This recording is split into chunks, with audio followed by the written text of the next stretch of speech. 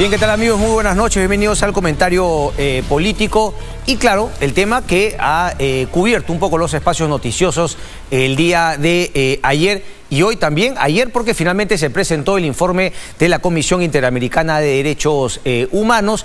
Ayer en conferencia de prensa, los propios comisionados también daban una conferencia, ¿no?, a través de el Zoom, y hoy obviamente todo el análisis del informe de esta conferencia de prensa de la comisión y obviamente la respuesta del gobierno de Dina Boluarte. Aquí lo tengo, ¿no? Es extenso. He leído ahora en la mañana, porque no tenía todavía el impreso, el tema de las conclusiones, recomendaciones, y obviamente me he leído los diarios que recogen un poco las diversas reacciones. Primero, lo que algunos medios destacan del informe y obviamente la respuesta de especialistas del gobierno, conferencia de prensa de Dina Boluarte, Alberto Tarola y otros. Curiosamente también hay una declaración del Ministerio Público a través de la fiscal de la Nación, que me parece que inteligentemente, digamos, no entra al detalle, ¿no?, a cuestionar o no, porque claro, seguramente ella no se siente tocada, como sí definitivamente se debe sentir tocado el Ejecutivo, y lo que dice la fiscal de la Nación, Patricia Benavides, es que el Ministerio Público trabajará con las recomendaciones de la Comisión Interamericana de Derechos Humanos. La cito del diario Gestión. Como Ministerio Público hemos venido comunicando a la CIDH de todas las acciones y decisiones a fin de fortalecer las investigaciones sobre violación de derechos humanos. No entra ni siquiera a cuestionar nada, dice finalmente vamos a tomar las recomendaciones y vamos a seguir con la chamba. Ahora bien,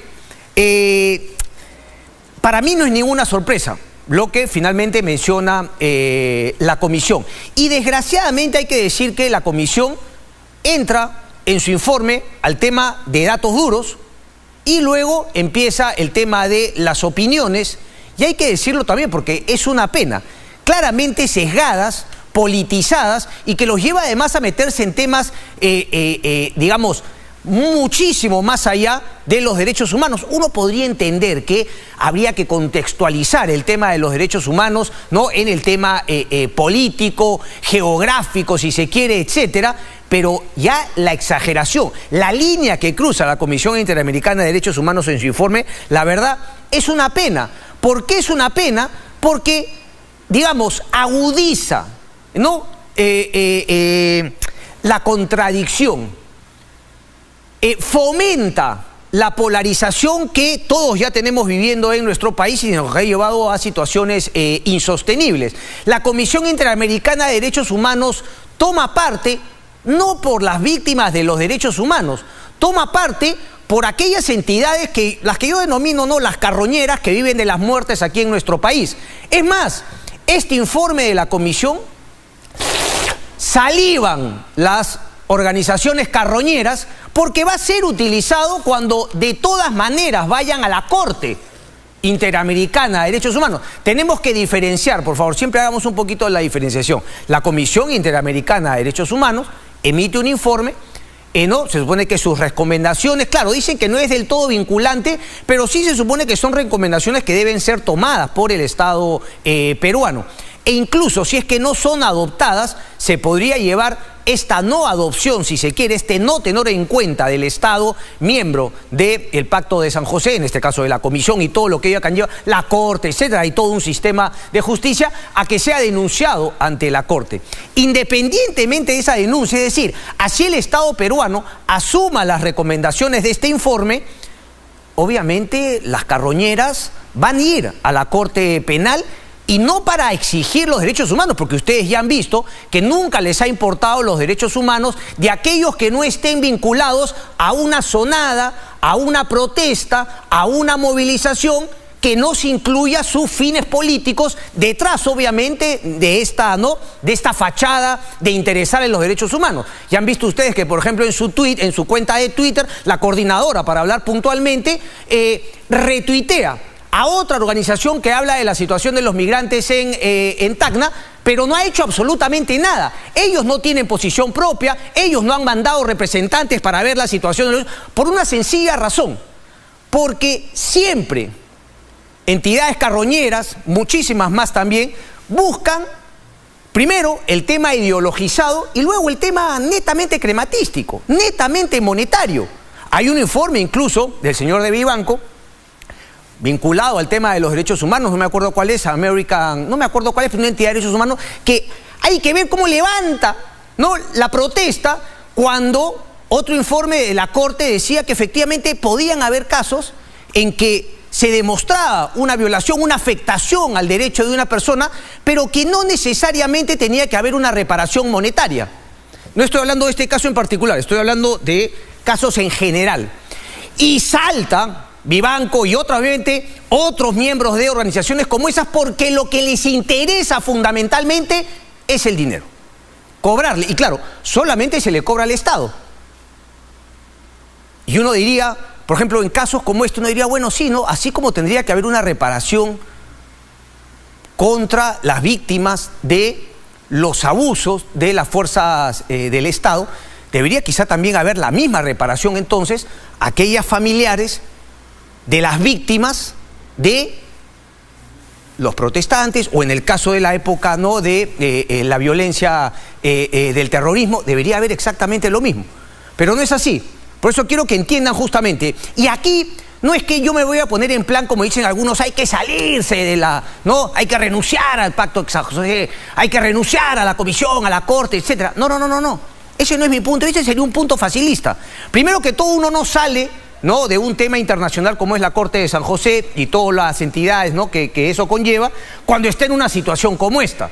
No. Si uno decide salir, no es porque lo estén apretando y se siente afectado. Más bien cuando no tiene ningún problema, cuando no tiene ninguna situación frente a la Corte, a una posible denuncia ante la Corte, es que uno con calma, con tranquilidad, en frío, decide salirse. Ahora, no, pues, no es el momento para hablar de ese tema.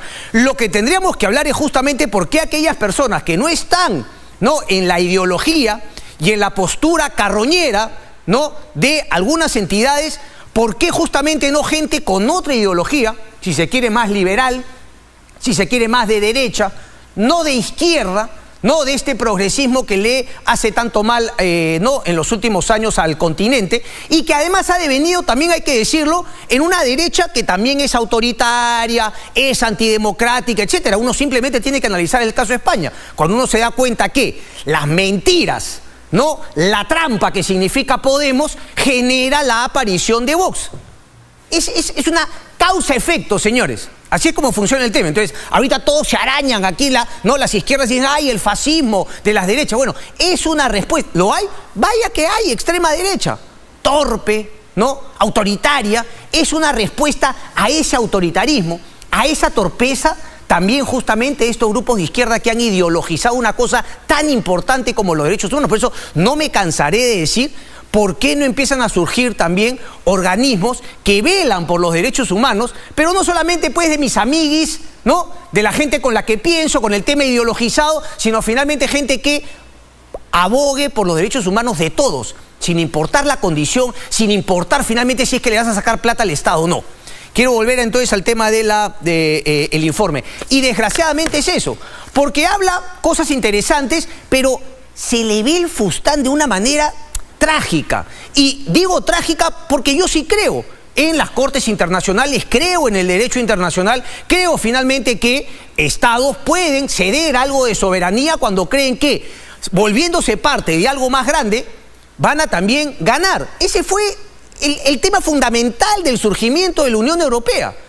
Cuando después de una guerra mundial, una segunda guerra mundial en la cual se sacaban los ojos los países más importantes de Europa, deciden finalmente ceder un poco de soberanía. Primero lo hacen un tándem Francia con Alemania y luego se van uniendo otros países importantes, pero era justamente un poco de ceder. El origen es muy curioso, ¿no?, porque obviamente una Alemania derrotada, una Francia que creía que iba a manipular a Alemania como quería, Alemania también empieza a crecer a través del Plan Marshall y del apoyo de los Estados Unidos y empiezan un tándem interesante, se unen, pero a eso voy. Yo sí creo en ese tipo de cosas, pero cuando uno ve una entidad, digamos, tan ideologizada, tan presta, repito, a la polarización en nuestro país, uno dice, bueno, finalmente, ¿no?, situación complicada, pero no, lo cobarde, lo facilista es decir, yo renuncio. No, viejo, tienes que dar la pelea también política para despolitizar y desideologizar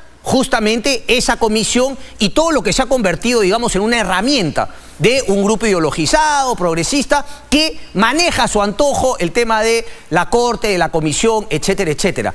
Hay que rescatarla. Es demasiado importante como para dejarla finalmente en manos de gente que siempre quiere ideologizar el tema y no le importan los derechos humanos de todos, sino simplemente manejar, utilizar como herramienta las violaciones de los derechos humanos. Ahora bien, aquí lo hemos dicho 1000 veces, habría que ser muy tonto, muy obcecado, para no darse cuenta que efectivamente han habido abusos y lo más probable violaciones de los derechos humanos por parte de las Fuerzas Armadas. Lo hemos visto, cualquiera que quiera ver y no se quiera ideologizar como lo hace la comisión en su mayoría, en buena parte del informe, no puede ver que efectivamente hay imágenes que muestran a policía debiendo disparar contra gente que no debía disparar. ¿Ok? El contexto, por ejemplo, de ello no recoge, pero aquí se ha creado, en todas estas organizaciones que acabo de mencionar inicialmente, ellos sueñan, ellos insisten en que van a encontrar o tienen que encontrar de alguna manera, claro, la comisión no puede ir tanto, pero no, el tema de que fue una orden específica, de la asesina Dina Boluarte, etc. Ellos están en ese tema. Nuevamente no les importa el tema de la justicia. Les importa justamente utilizar eso políticamente para chancar a la Dina Boluarte. Y aquí, este programita, este pequeño espacio, este chistosito que les habla, ha rajado y ha cuestionado con, creo yo, argumentos válidos, la incapacidad, negligencia de este gobierno de Dina Boluarte y Alberto Otárola. Pero no te puedes cerrar, es decir, tú no puedes querer llegar a una conclusión a partir de una decisión que ya tomaste. ¿Cuál es la decisión que ya se ha tomado? Dina Boluarte dio la orden, por lo tanto tenemos que probar eso. No es que vamos a investigar, no. Eso ellos ya lo saben, ya lo decidieron, ahora tienen que justamente armar todo el aparato para que eso suceda. Vamos piano. Entonces, eso es lo que yo le critico a este informe de la comisión. Repito, tiene cosas interesantes, tiene cosas importantes y de repente se le ve el fustán. Asamblea Constituyente por aquí. ¿Qué tiene que ver Asamblea Constituyente? No reconocen el contexto. O sea, hablan hasta de Keiko Fujimori,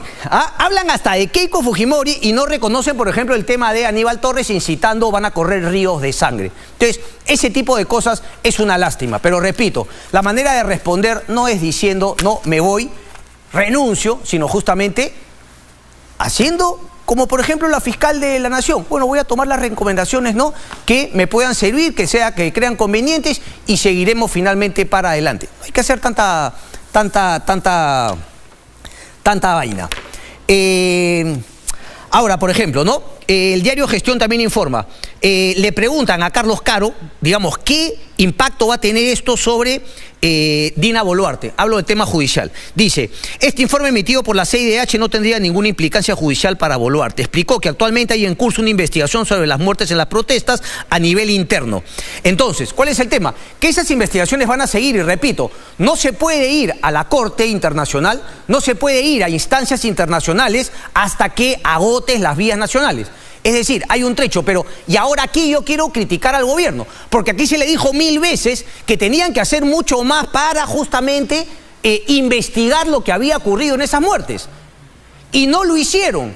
Y ante el espacio vacío, los espacios vacíos se toman política e ideológicamente, y eso es exactamente lo que viene a hacer este informe de la Comisión Interamericana de Derechos Humanos, repito, ante la incapacidad, ante la indecisión, ante la opacidad del gobierno de Dina Boluarte y el halcón, no sé si decirlo, un halcón sin alas, es el señor Alberto Otárola. Se cree un halcón, se cree un hombre duro, pero esa dureza solamente se la da la incapacidad de la presidenta Dina Boluarte, que ella seguramente siente que Alberto Otárola la defenderá, pero hasta ahora no ha podido hacer absolutamente nada por nuestro país. Ni siquiera resolver a medias el tema de Puno.